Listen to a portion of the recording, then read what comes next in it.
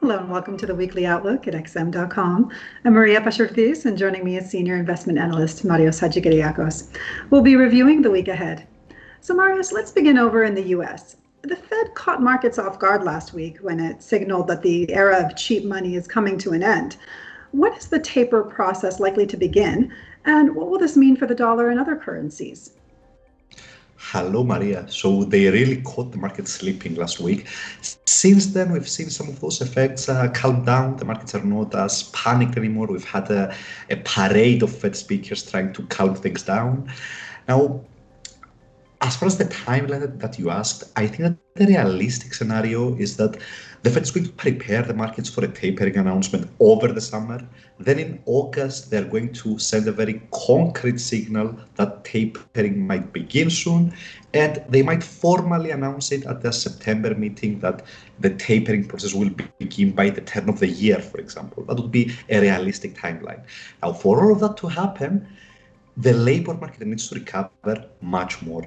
So everything in the US economy is booming, inflation is hot, consumption is off the charts, but the missing piece of the puzzle is the labor market. We are still missing some 7.5 million jobs for a full recovery.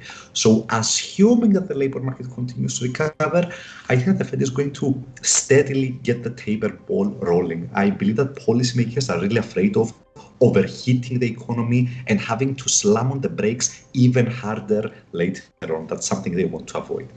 Now, to wrap everything up, I think that we are headed for a period of monetary policy divergence across the major economies. What does that mean? Some central banks are going to be raising interest rates, some others are not. So America, the United Kingdom, Canada, New Zealand, all of those central banks have taken baby steps towards raising interest rates next year, for example, or the year after that. Now, on the other side of the spectrum, you have Japan, Switzerland, the Eurozone. Those central banks are not going to move anytime soon. So I think that the currencies, that the first group of currencies, the central banks that are going to be raising interest rates, those currencies are going to shine against the second group over the longer term. Right, okay. Now, the main event next week will be the U.S. employment report on Friday. Before that, we'll get the ADP jobs report on Wednesday and the ISM manufacturing index on Tuesday. What should we look out for there? Well, definitely the most important will be the US employment report.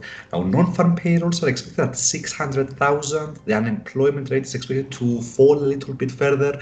That would be great news in normal times.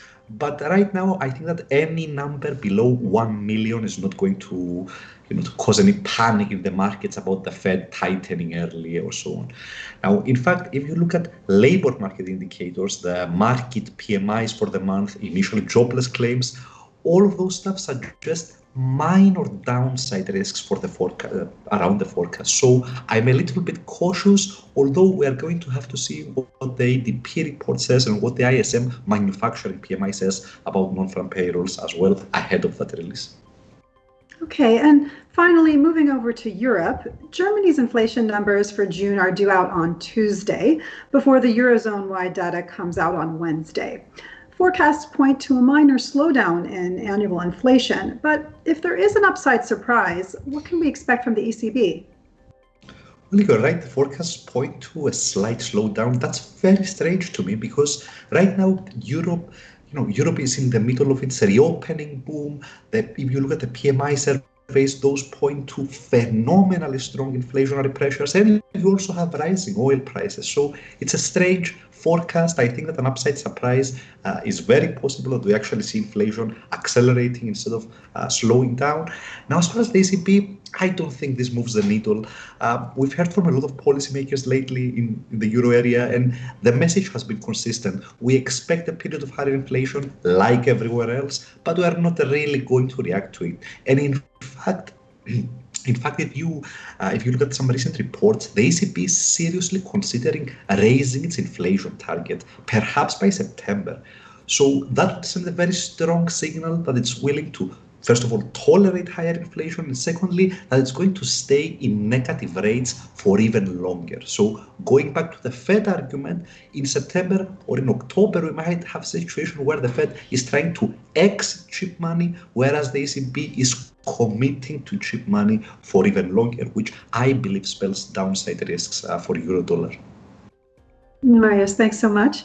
And thanks for joining us at XM.com.